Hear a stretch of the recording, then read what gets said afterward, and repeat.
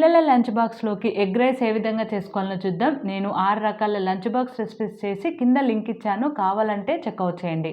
దీనికోసం 2 టీ స్పూన్ల oil, half tea spoon జీలకర్ర, ఒక ఉల్లిగడ్డను కూడా కట్ చేసుకొని వేసుకొని 2-3 పచ్చిమిర్చిని కూడా కట్ చేసుకొని వేసుకోండి. ఇప్పుడు ఉల్లిగడ్డ ముక్కలు ఇలా ఫ్రై అయిపోయిన తర్వాత రుచికి తగినంతగా ఉప్పు, పావు టీ స్పూన్ పసుపు, ఒక పెద్ద సైజు టమాటోని కూడా కట్ చేసుకొని వేసుకొని టమాటో ముక్కలు అనేది సాఫ్ట్గా ఫ్రై అయిపోవాలి.